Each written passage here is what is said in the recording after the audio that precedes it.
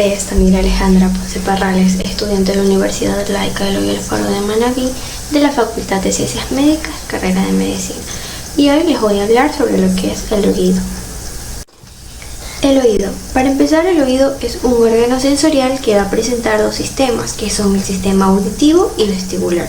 El sistema auditivo encontramos la percepción del sonido y en el sistema vestibular el mantenimiento del equilibrio. El oído va a estar compuesto por tres partes, que son el oído externo, que está formado por la parte visible del oído, que son la aurícula o pabellón auricular, y por el canal auditivo. El oído medio, que es el espacio de aire separado del oído externo por el tímpano. En su interior encontramos un puente formado por tres huesecillos, que son el martillo, el yunque y el estribo, que van a conectar el tímpano con el oído interno. El oído interno, que es una cavidad localizada en el interior del cráneo con un conjunto de canales que giran sobre sí mismos que reciben el nombre de cóclea. En su interior se va a encontrar el órgano de Corti, que va a ser el principal responsable de la audición.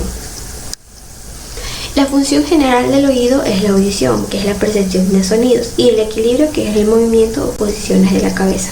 Ambas funciones se van a llevar a cabo por lo que son mecanorreceptores independientes. El oído externo. Este se va a componer por lo que es el pabellón auricular, también llamado pina u oreja. Su forma va a estar caracterizada por una estructura de cartílago elástico. Va a estar cubierta por una piel delgada con folículos pilosos, glándulas sudoríparas y glándulas sebáceas. También tenemos el conducto auditivo externo, que es un espacio tubular lleno de aire, que es un trayecto de forma de S itálica que termina en la membrana timpánica o tímpano. La parte de los conductos se va a continuar externamente con el pabellón auricular. La tercera parte lateral del conducto va a tener una pared cartilaginosa que está continuando con el cartílago elástico de la oreja.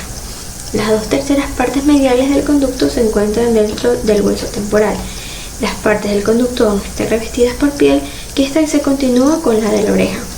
La piel de la porción lateral externa del conducto va a contener folículos pilosos de glándulas sebáceas y glándulas ceruminosas, pero van a carecer de glándulas sudoríparas enteras. Las glándulas ceruminosas son tubulares y enrolladas. Son secreciones que se unen con las de las glándulas sebáceas y con las células descamadas para formar así la cera o cerumen que hay dentro del oído. La porción medial o interna del conducto se halla dentro del hueso temporal y esta va a poseer una piel más fina con menos pelos y menos glándulas. En esta imagen podemos visualizar una placa del conducto auditivo externo que ha sido teñida por hematoxilina y eosine.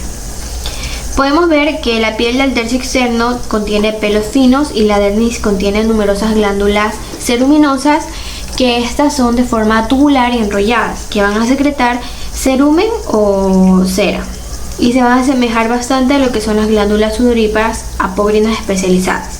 Estas glándulas ceruminosas se van a abrir directamente en la superficie cutánea o en las glándulas sebáceas asociados a lo que son los folículos pilosos, que son aquellos en los que encontramos los pelos del conducto. Todo esto nos va a proporcionar una protección frente a los cuerpos extraños, mientras que el cerumen va a proteger el conducto auditivo externo de la humedad y de las diferentes infecciones. Oído medio. La función principal es convertir las ondas sonoras en vibraciones mecánicas que las van a transmitir al oído interno. El oído medio lo vamos a encontrar en un espacio lleno de aire llamado cavidad timpánica dentro de lo que sería el hueso temporal. En primer lugar vamos a ver lo que es la cavidad timpánica, que es un espacio lleno de aire que está atravesado por los huesecillos del oído conectados por medio de articulaciones móviles. En ella se va a encontrar lo que es la trompa auditiva o tubo eustráqueo. La cavidad timpánica va a estar delimitada lateralmente por una membrana timpánica. El límite medial va a consistir en la pared ósea del oído interno. El piso y el techo de la cabeza timpánica van a estar formados por una capa ósea delgada que la va a separar de lo que es la vena yugular interna. En segundo lugar, vemos la membrana timpánica o tímpano. Este tiene forma de cono irregular cuyo vértice va a corresponder al extremo del manubrio del martillo. Se ve semitransparente de un color gris claro y posee una concavidad visible hacia el conducto auditivo externo. El huesecillo del martillo está adherido al tímpano y a la cavidad timpánica. Se va a encargar de formar el límite medial interno del conducto auditivo externo y la pared lateral desde hacia afuera hacia adentro. El tímpano tiene unas capas y son de piel del conducto auditivo externo. El centro de este tejido va a ser tejido conjuntivo con fibras colágenas y la membrana mucosa del oído va a estar en el medio.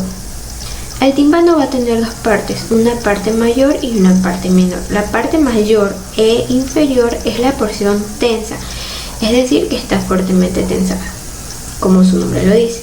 Y en él va a poseer un centro medio grueso que va a contener fibras elásticas radiales y circulares. Una parte menor y superior del tímpano o la porción flácida, esta va a ser laxa y va a carecer de una capa gruesa media prominente. Aquí debemos encontrar lo que son los tres huesecillos del oído, que es el martillo, el yunque y el estribo. Estos de aquí van a atravesar la cavidad del oído medio y se van a conectar con la membrana timpánica hacia la membrana oval.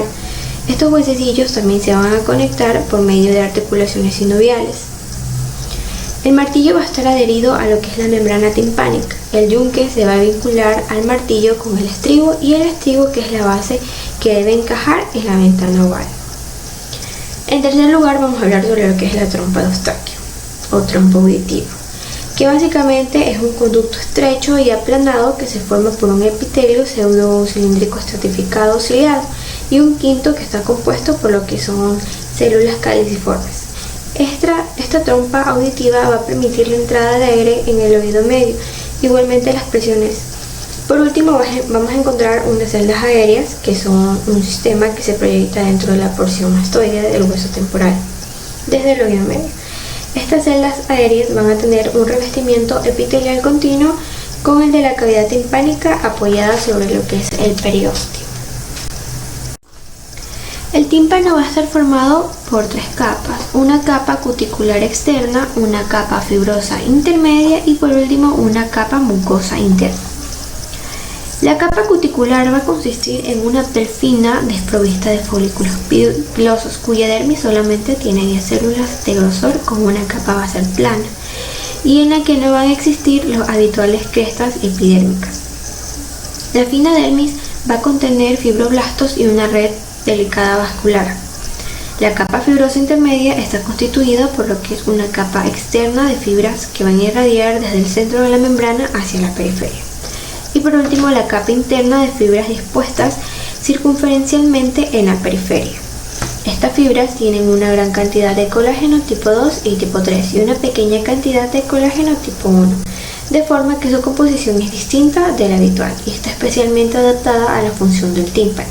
La capa mucosa interna es la continuación de la mucosa de tipo respiratorio modificado que reviste la cavidad del oído medio, pero en esta situación queda reducida a una sola capa de células caliciformes. La lámina propia subyacente es fina y su irrigación sanguínea es distinta a la correspondiente a la dermis de la capa cuticular. Una mucosa de tipo respiratorio modificado similarmente reviste los huesecillos y a los pequeños músculos y nervios expuestos de la cavidad. Los huesecillos van a estar constituidos por huesos compactos formados por lo que es la osificación endocondral que representa el cartílago. En este se puede observar que la pieza procedente del gato va a tener lo que sería el músculo tensor del tímpano. O sea que en los gatos se va a apreciar mucho más este músculo. En esta placa vamos a encontrar lo que sería la trompa auditiva o tuba de Eustaquio. Podemos decir que la trompa auditiva también va a comunicar la cavidad del oído medio con la nasofaringe, evitando las diferencias de presión entre dicha cavidad y el medio ambiente externo. Desde el oído medio, la trompa atraviesa primero el hueso y en su trayecto hacia la faringe la pared está sostenida de los dos lados por cartílago y los otros dos por tejido fibroso. La trompa va a estar revestida con un epitelio respiratorio típico estratificado con numerosas células caliciformes, sobre todo hacia el extremo faríngeo. El oído interno. El oído interno se encuentra compuesto por compartimientos laberínticos, uno contenido dentro del otro. Encontramos el laberinto óseo, que es un sistema complejo de cavidades y conductos interconectados, y el laberinto membranoso, que se encuentra entre laberintos compuestos por un sistema complejo de sacos y tubos pequeños que van a formar un espacio continuo limitado por la pared del epitelio y tejido conectivo en el oído interno. También hallamos 3 espacios llenos de líquido, que son el espacio endolinfático, que va a estar contenido dentro del laberinto membranoso, un espacio perilinfático que va a cubrir la pared del laberinto y la pared del laberinto membranoso, y por último un espacio cortilinfático, que este va a estar dentro de los túneles del órgano de Corti y de la cóclea netamente intercelular. Las células que los rodean se asemejan vagamente a un epitelio absortivo. Como lo dije anteriormente, en el oído interno también se encuentra por lo que es el laberinto óseo, que va a consistir en 3 espacios comunicados dentro del hueso temporal. Primero tenemos al vestíbulo, que es una pequeña cavidad ovalada ubicada dentro del centro del laberinto óseo y contiene un utrículo y un sáculo del laberinto membranoso. De segundo tenemos al conducto semicircular, que son espacios tubulares dentro de lo que son el hueso temporal, dispuestos de manera más o menos perpendicular uno con respecto al otro. Por último vamos a encontrar lo que es la cóclea. La cóclea es una hélice de forma cónica que va a estar en comunicación con el vestíbulo y un orificio del conducto que va a estar cubierto por una membrana delgada, es decir, la membrana timpánica secundaria en el oído interno. Aquí todavía vamos a encontrar el laberinto membranoso, que se encuentra suspendido dentro del laberinto óseo, una serie de sacos y conductos interconectados que contienen endolinfa. El laberinto membranoso va a contener las siguientes partes, que son 3 conductos semicirculares que se hallan dentro de los conductos circulares, y va a continuar con lo que es el utrículo y el sáculo, que se hallan insertados en las cavidades del vestíbulo y se van a comunicar a través del conducto utrículo-sacular. Esto se va a dividir en lo que es el laberinto coclear, que va a contener el conducto coclear, que a su vez se halla dentro de la cóclea y es continuo con el sáculo. Y por último el laberinto vestibular, que cabe destacar también las células sensoriales membranosas, que son células ciliadas y de sostén ubicadas en sus regiones. Aquí vamos a tener lo que son 3 crestas ampulares situadas en las ampollas membranosas de los conductos semicirculares, 2 máculas, una en el utrículo y una en el sáculo, y un órgano espiral de Corti que se proyecta en la endolinfa del conducto coclear. Las células ciliadas son mecanorreceptores epiteliales en los laberintos vestibular y coclear. Estas células contienen estereocilos, que son estructuras rígidas que contienen proteínas del canal transductor.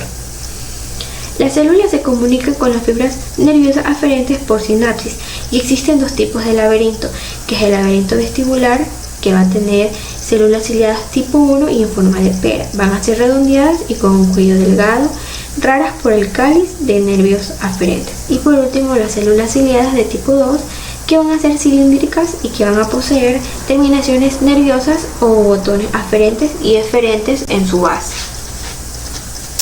En esta placa podemos apreciar lo que sería el órgano de Corti, que es una estructura epitelial altamente especializada, donde se encuentran las células reductoras que convierten la energía mecánica recibida en forma de vibraciones, o sea, en energía electroquímica, produciendo la excitación de los receptores sensoriales auditivos del órgano de Corti. Aquí se va a encontrar una rampa media sostenida por lo que es una membrana basilar. Esta última va a consistir en una delgada lámina de tejido fibroso situada entre la lámina espiral del modelo y el ligamento espiral de la parte lateral. En su superficie inferior, desde la rampa timpánica, va a estar revestida por epitelio simple. La membrana basilar va a ser más fina en la base de la cóclea y va a aumentar progresivamente el grosor a medida que la espiral se aproxima.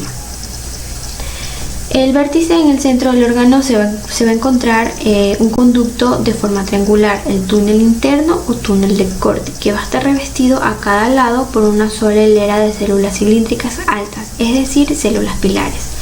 Cada célula pilar va a continuar un denso haz de microtúbulos, y los pilares de cada lado del túnel de Corti van a converger en una superficie para después incurvarse lateralmente y formar una fina estructura con aspecto de gancho, que va a contener pequeñas fenestraciones. Los cuerpos celulares de las células pilares se van a disponer en los ángulos agudos formados por pilares y la membrana basilar en el seno del túnel. Y bueno, eso ha sido todo sobre el oído.